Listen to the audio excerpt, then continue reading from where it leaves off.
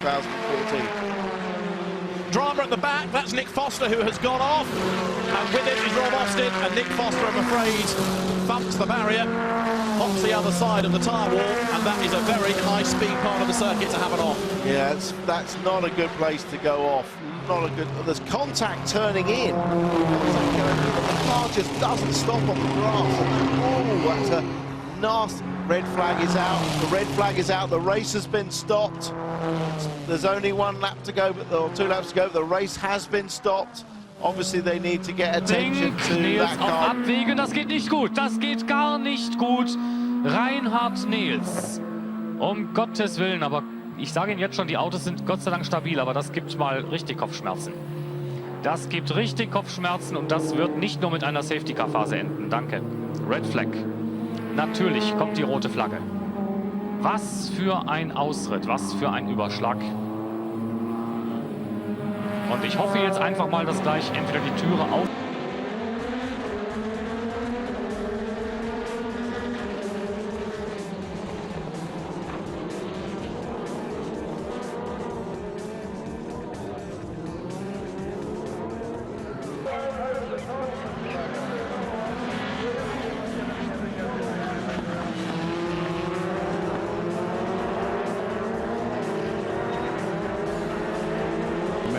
the race, what happened?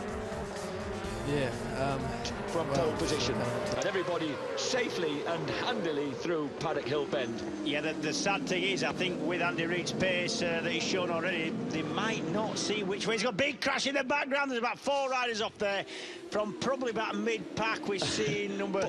Boys, just when I said you've got safely through the first turn without messing it up. I think Ashley Buxton, one of them, for sure. Third place ahead of Buxton from Stamper, Curry, Collier, Lodge, Godfrey, and the other Irish kid, Andrew Irwin. I think the safety car's out, I think. Sorry, Alan Irwin. I think the safety car's out. Oh, there's somebody out there. That's a big steady. And the safety car...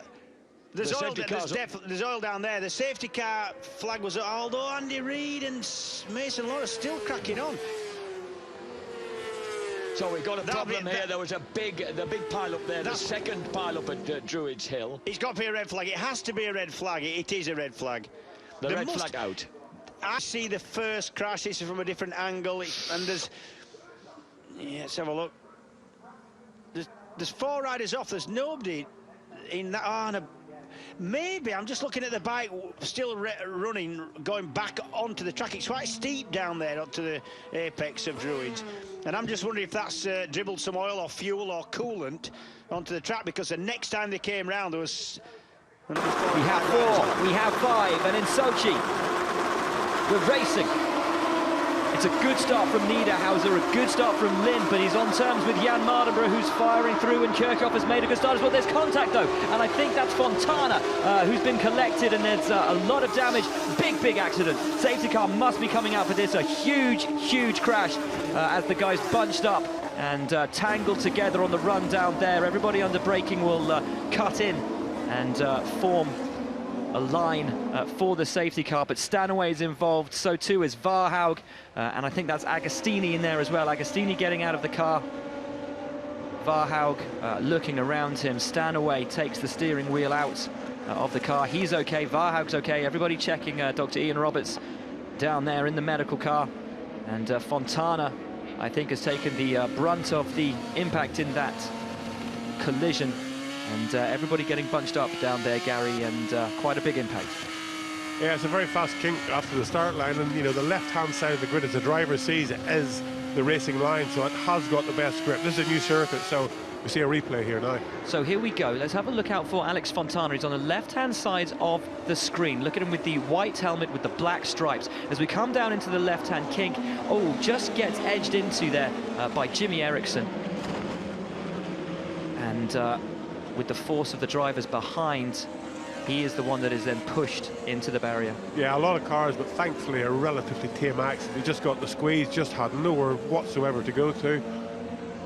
And he came on, took his front steering away. But as I say, although a heavy impact there, relatively tame, everybody just got you know. And where that bit of fencing pulls out on the left-hand side there, you see it kink out. Stanaway went straight 一齊衝入嚟，最終咧奧亞守住第一，唔係啊，跟住之後嗰度困咗，而出翻嚟之後就俾後邊啊布隆基斯飆咗上去第一位喎，但係出翻嚟呢一隻彎之後，布隆基斯攬炒，跟住放走咗，咦，又係佢啊！前邊注定羅辛基斯係要帶頭嘅，但係嗰邊就炒咗㗎啦。 直情咧炒咗上去添喎，咁啊比較然後咧，羅辛基斯喺後邊啊繼續跟住睇住戲嘅，咁啊呢度精彩啦，到呢度就出事啦。嗱睇住咧係邊個入嚟啊？頭車咧就走啦，咗先啦。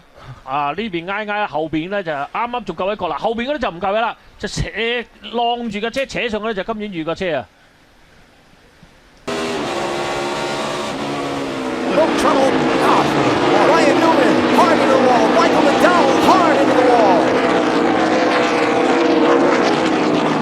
Caution's out, caution's out. Terrible crash. Hey, look right over here. You can see, like Ryan Newman overran that corner just a little bit. You see quite a few cars over there. Come back on the track. Contact between Biffle and Newman. Yes, Biffle came back on the track. Newman was right there.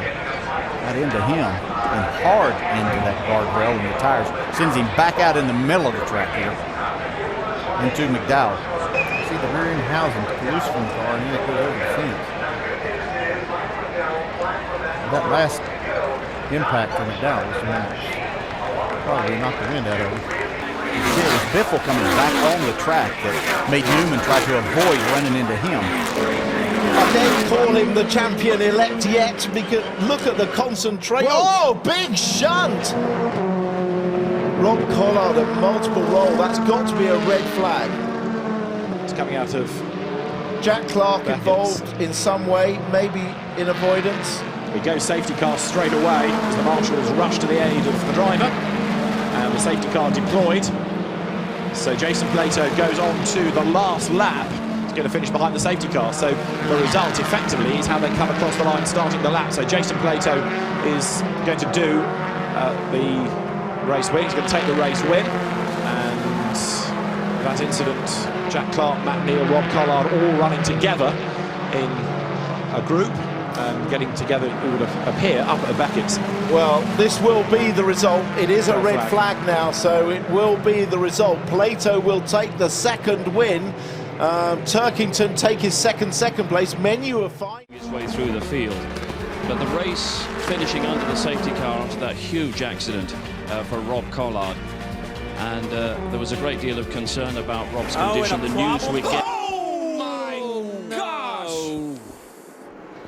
Here is a look at what happened.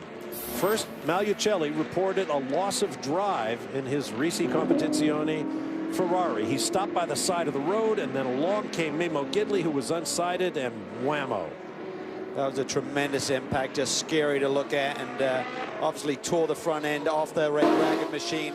There we see another look at it. He's diving to the inside of that GT machine, obviously unaware that Malucelli was slow on the left-hand side of the racetrack. Just scary. Backside in a seat. They want to see their local hero start well. Good start from them. Good start from Thiago Monteiro. He's alone on road 2 in the group with no Norbert Mikulicz, and Muller nearly puts Loeb in the wall.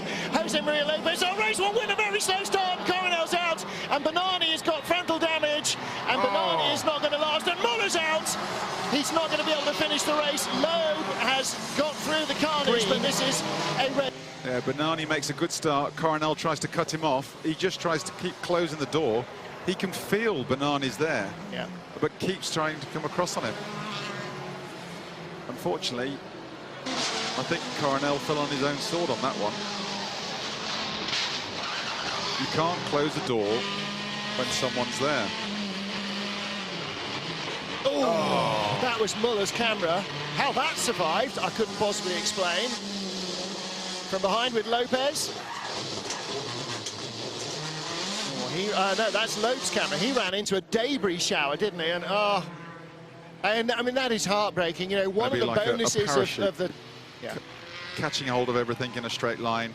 His brakes are going to overheat. His engine's got a chance. Here we go again. All right. Well, watch Thiago Monteiro as well, because he makes contact with the back of Coronel Bernani. moves over to cut him off. Yeah. From Bernani's view, here comes Coronel, and there's a little bit of a touch here, and Tom knows there's contact. He is moving fractionally left to his left as Banani's moving fractionally to his right. As soon as you feel someone there, you've got to give him move space. Away. You've got to move away, and Tom is still coming. You're right. From this, it is much more that Tom is still coming, and Montero ran into the back of Banani. The good news for Banani, which won't to in Müller, dieser Kurve. Und dann werden Sie die Startampel eingeblendet sehen und dann geht der Sport darunter in die erste Kurve. So, die Ampel ist eingeblendet, auch hinten sieht das ganz gut aus und die Rennleitung gibt das Rennen frei und los geht's. Vollgas, der Lamborghini vorne, das schwarze Auto und da gibt's gleich einen heftigen Unfall, der zum Abbruch führen wird. Mit einem mehrmaligen Überschlag. Das ist mal richtig in die Hose gegangen und das muss Rot geben. Um Gottes Willen, was für ein Unfall. Rot ist draußen. Jetzt müssen wir erstmal gucken, dass da alle okay sind. Riesencrash. Das sind Sandritter Klingmann, da ist ein Audi von Ab, der sich mehrmals überschlagen hat. Toni Seiler sehe ich aus dem Auto klettern, der da gestartet ist in der Corvette. Dann steht da das RWT-Auto von Calway. Aber wie sieht's in der 11 aus? Jetzt kommen da erste Hilfskräfte, die über die Boxenmauer wohl springen. Jetzt sind auch die DMSB-Staffeln da und ich glaube, der kommt raus.